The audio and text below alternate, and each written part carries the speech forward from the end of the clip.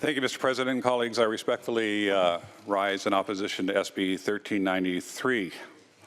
While I agree with my dear colleague from Los Angeles that we do not see enough of rehabilitation in our California Department of Corrections and Rehabilitations, I also feel that we're not hearing more about the victims. We've heard today about how we've destroyed the lives of criminals with locking them up and throwing the key away, but what we don't talk about is the lives that have been destroyed by the victims of their crimes that have to live without a father, without a mother, or a parent or a child that has been sexually assaulted.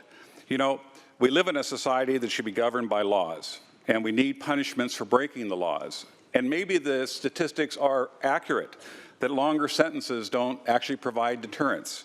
But one thing I know for sure is that when you have a longer sentence because somebody was committed felonies and then proceeded to do more felonies and we locked them up for 5 more years, what we know for a fact is that for 5 more years that dangerous criminal will not be out on the streets victimizing yet more people.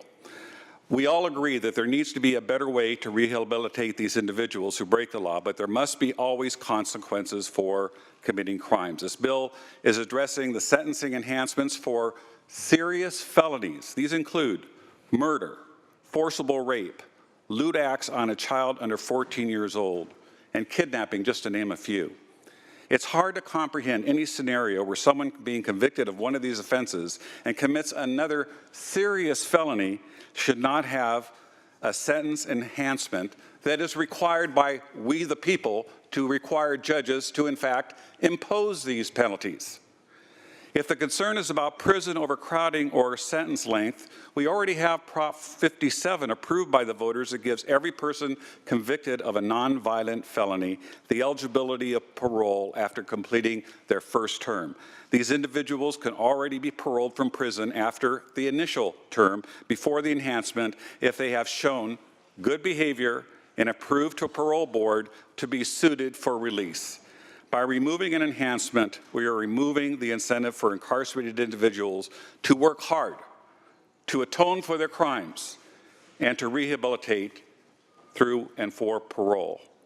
While I know this bill is well-intentioned, I believe this bill will remove an important step in the incarceration rehabilitation process that not only provides our corrections personnel the tools to evaluate, but also remove a barrier of protection for our communities.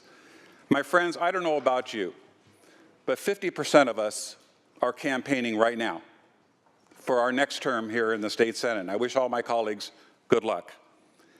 But I don't know about you, but when I go speak out into the communities and I ask my constituents, what is your #1 concern in the state of California today?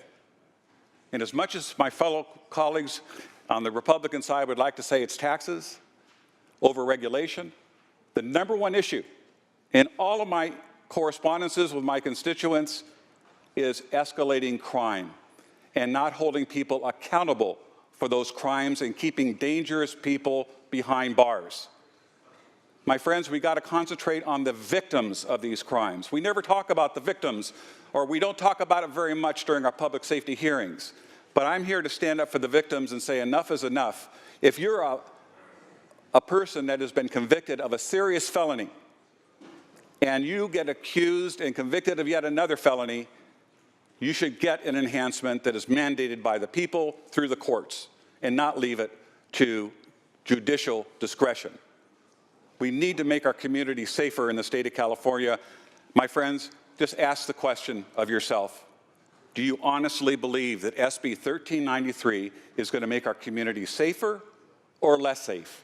If you really believe it's going to make it safer, I urge you to vote for SB 1393. But if you know in your conscience that this will make our communities not safer, then have the courage to say no, as I urge you to do here today.